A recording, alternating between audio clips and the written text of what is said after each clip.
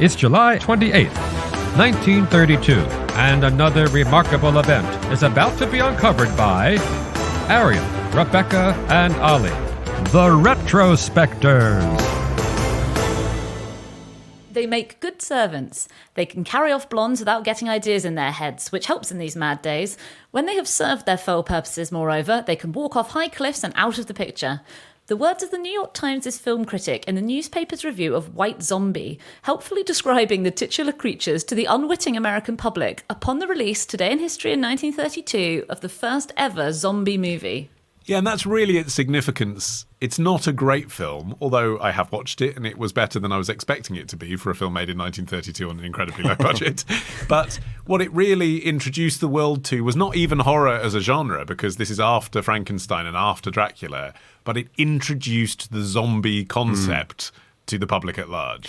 Yeah, and it was sort of also trying to capitalize on this broad public fascination with voodoo at the time. You know, what zombies were back then wasn't strictly what zombies are today, but this interest came about due to the publication of William B. Seabrook's book, The Magic Island, in 1929, which focused on Haitian voodoo, and that book popularized the word zombie, which was still very much a novelty in the 1930s, though it can actually be spotted in English texts that go back to the beginning of the 19th century. But the Magic Island kicked off this vogue for stories, particularly of dead bodies being revived through voodoo. That's the bit that sort of dropped away.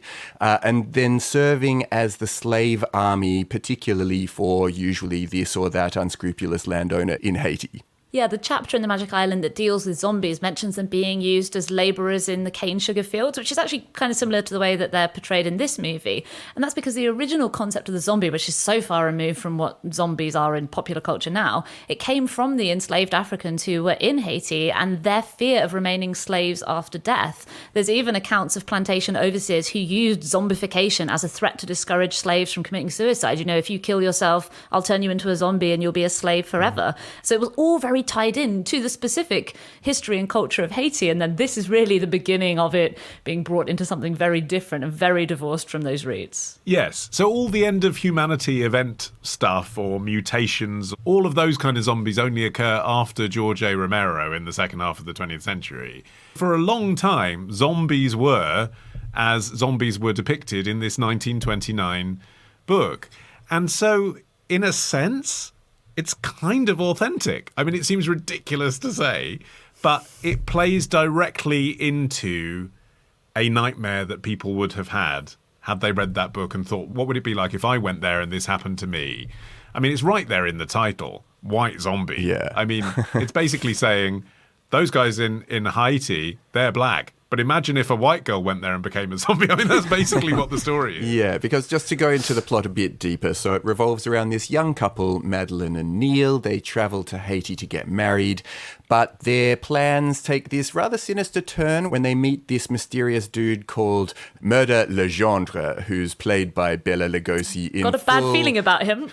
Yeah, it's not subtle, this film. No, right. So Murder Legendre, who's played by Bela Lugosi, is this voodoo master who possesses the ability to control the minds of the living dead, and he turns lots of people into mindless zombies on behalf of some other sort of local wicked plantation owner who himself then falls in love with Madeline, and, you know, because he's not going to be able to seduce her, he calls on Legendre to come and step in and turn her into a zombie, and then you get the zombification of this white woman, hence White Zombie. Yes, Madge Bellamy playing Madeline never had a feature role again after this. It was not considered a hit. But I think she has a great...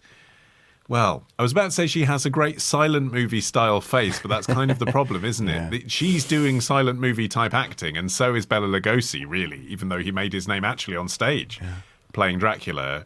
But there's a lot of gurning at the camera, and I suppose that just felt old-fashioned even in 1932. Yeah, I mean, the trajectory that the movie had was oddly similar to an indie movie today. And this was at a time when studios controlled absolutely everything. They had an iron grip on the output. But White Zombie was made independently by Victor and Edward Halperin. They were brothers. They shot it in 11 days, and mostly they used rented studio space at the Universal lot, and they used leftover props. Apparently, if you're big into horror films at the time, you can spot some of the props that they were using. They were filming at night when the Universal weren't using space anymore. I was looking at one of the scenes where Madeleine steps out onto the balcony, and I was like, that looks French. And then I was looking on Google and it's like, oh, they used the set from The Hunchback of Notre Dame. Yeah, they did a really good job at recycling it. Yeah, I mean, they made it on an ultra low budget of $50,000. And one of the ways that they had to cut costs was in the casting of the actors. You mentioned Madge Bellamy having a silent movie style quality. And a lot of the actors in the movie were silent movie stars who hadn't nailed the transition to talkies. And that was one of the things that was really, the reviews of the movie were not kind for the most part, even though it did make money, but that was mostly because it was made for so little money in the first place. It was the acting was very stilted, and it was very harking back to that old-fashioned silent screen style. And the participation of Bela Lugosi was really actually kind of odd. Couldn't quite get to the bottom of it. I think biographers have tried to understand how he ended up in this movie, because he was actually a pretty hot property at the time. The first horror star.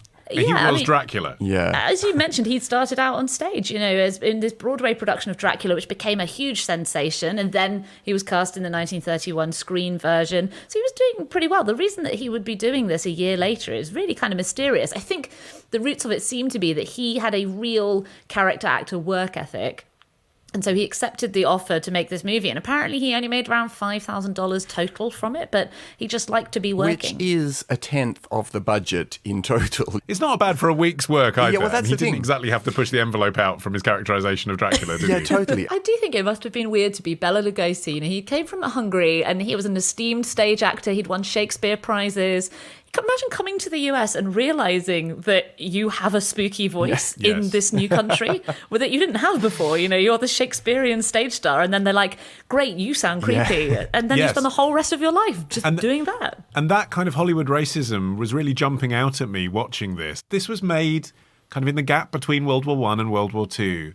The Europeanness of a face, like Lugosi, I suppose Boris Karloff as well, after World War I was doing the same thing, wasn't it? Which is just like, Americans had just been fighting those guys and did find them sinister and weird. And so that's the baddies are either Eastern Europeans or black. Yeah, that image of white plantation owner with this army of unresisting brown-skinned workers performing menial agricultural tasks. You just couldn't get it off the ground now, and nor would you want to. It seems as repulsive as actually the film turned out to be popular back in the day, because it actually, even though it wasn't a hit on the scale of Dracula or Frankenstein, it easily made back the Halperins their $50,000 investment, and it was successful enough that it made way for a sequel, which they then found a way to economize on by recycling some of the footage that they had filmed the previous time. So, but, it also really set up this enormous entire genre and came to be regarded as a sort of prototype for lots of the horror movies that came afterwards. It zips along as well because it's only an hour long, which wasn't unusual for a feature-length film back then, but obviously feels short now. And yet within that, the scariness of the idea that someone can be brought back from the dead and then become a puppet of someone else for their own nefarious purposes is allowed to have room to breathe.